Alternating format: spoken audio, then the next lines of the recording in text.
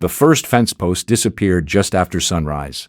By lunchtime, 4 more had been pulled from the ground, and a bright orange survey ribbon stretched across the edge of Martha Ellis's hayfield. Travis Boone stood inside the newly marked line, pulling fresh barbed wire tight between new cedar posts as though the boundary had already been settled. An old rancher slowed his pickup. "You sure about that line, Travis?" Without even checking the faded fence beside him, Travis gave the wire one last pull and grinned. "Should have fixed this years ago," he said. "Guess half this field's been mine all along." Nobody challenged him. They simply looked toward Martha's farmhouse, expecting shouting, lawyers, or sheriff's deputies. None came. An hour later, Martha crossed the pasture carrying only a worn leather folder and a folded county map, its creases softened by years of careful use. She paused once, studying the freshly planted fence posts without a word, then continued toward a forgotten line of limestone rocks hidden beneath briars. Only there did she remove a small hand shovel. She brushed away decades of leaves. A weathered limestone marker slowly emerged. The mail carrier eased his truck onto the shoulder. "What are you digging for, Martha?"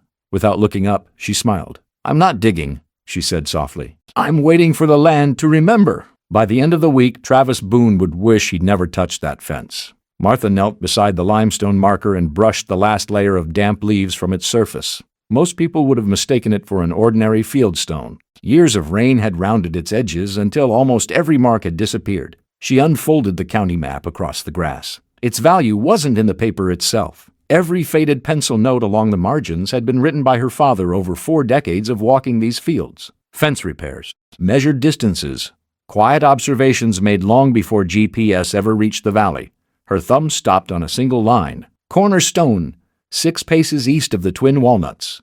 She looked toward the hillside. The walnuts were gone.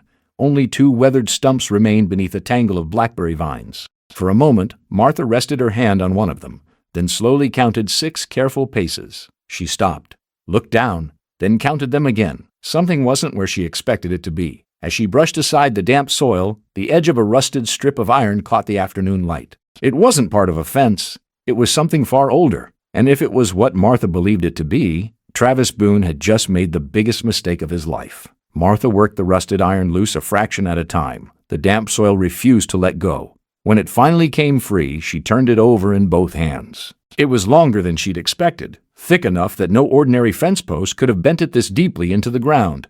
Along one edge, beneath layers of rust, something had been struck into the metal years ago. She brushed at it with her thumb.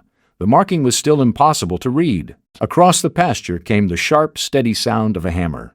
Martha looked up. Travis Boone was already fastening another stretch of barbed wire to his new fence, stopping every so often to admire the line as though the field already belonged to him. She looked back at the iron, then cleaned away another thin layer of dirt.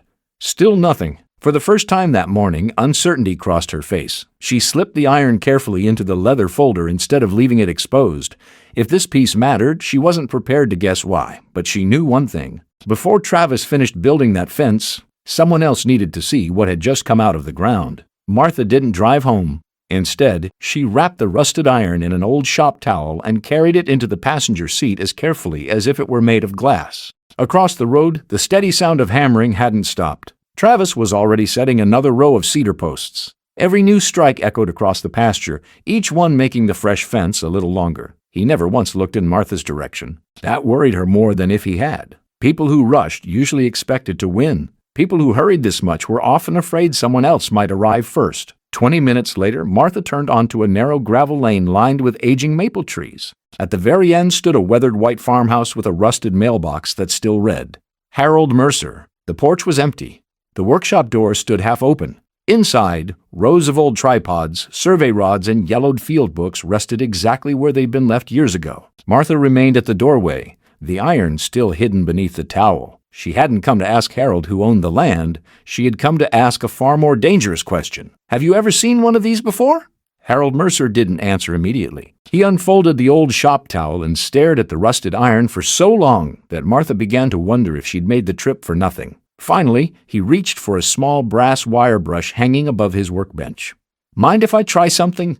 he asked. Martha nodded. He worked slowly, clearing away years of rust one careful stroke at a time. Neither of them spoke. The only sound inside the workshop was the faint scrape of metal against metal. Then Harold stopped. He leaned closer. Without a word, he carried the iron beneath the window where the afternoon sunlight fell across the bench. A few more gentle strokes revealed 3 shallow marks stamped into the surface. Not letters, not numbers, just 3 symbols. Harold's expression changed. He didn't look surprised. He looked concerned. Across the valley, the distant thud of Travis's hammer echoed through the open workshop door. Harold glanced toward the sound, then back at the iron. "This," he said quietly, "doesn't belong in a fence." He wrapped the iron back inside the towel and placed it in Martha's hands. "Before anyone touches another inch of that property," he said, "there's somewhere we need to go first." Outside, the distant pounding of Travis's hammer suddenly fell silent. Harold closed the weathered field book without another word. He looked from the drawing to the rusted iron resting on the towel.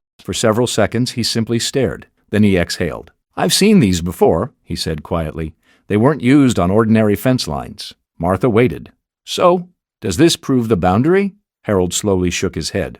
"No." He wrapped the iron carefully inside the towel again. "It proves we just found the first piece of the puzzle." He looked toward the workshop window, where Travis's new fence stretched across the hillside. "The hard part," Harold said, "is proving it hasn't been lying to everyone for the last 50 years. By sunrise the next morning, Travis had nearly finished the new fence. Fresh cedar posts stretched across the pasture, and a handful of neighbors stood quietly along the county road. No one spoke much. They simply watched, hats in their hands, waiting to see what would happen. Martha arrived with Harold Mercer beside her. The old surveyor carried only a weathered field book and the towel-wrapped iron. Travis glanced over and laughed. "If you're here to stop me," he called, "you're a day too late." No one answered. Harold walked straight to the old limestone marker and stood there for a long moment, studying the ground beneath his boots. Only then did he unfold the faded field book across the hood of Martha's truck. The silence made even Travis stop talking. "You really think that rusty piece of iron changes anything?" Travis finally asked. Harold looked up. "By itself?" He gently shook his head. "No." He rested one hand on the field book. "But if the county proves that marker has never moved," he let the sentence hang between them before quietly adding, "then your new fence isn't the evidence." His eyes settled on Travis. "It's the mistake." 2 days later, a county survey crew arrived just after dawn. No one paid much attention to Travis's new fence. Instead, every surveyor walked straight to the old limestone marker. The morning passed slowly. They measured from the buried monument, checked the original deed, compared Harold's weathered field book, then measured everything again from a different direction. No one rushed. Just before noon, the lead surveyor folded his tape measure and looked across the pasture. "The original boundary never moved," he said quietly. "It was the fences that drifted." No one spoke. Travis turned and looked down the entire line of brand-new cedar posts stretching across the field.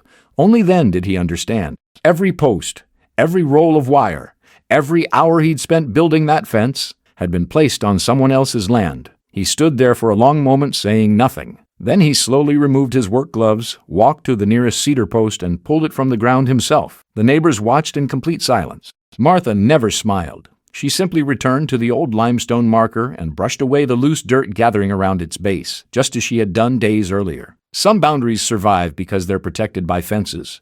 The oldest ones survive because someone cared enough to remember where they truly belonged.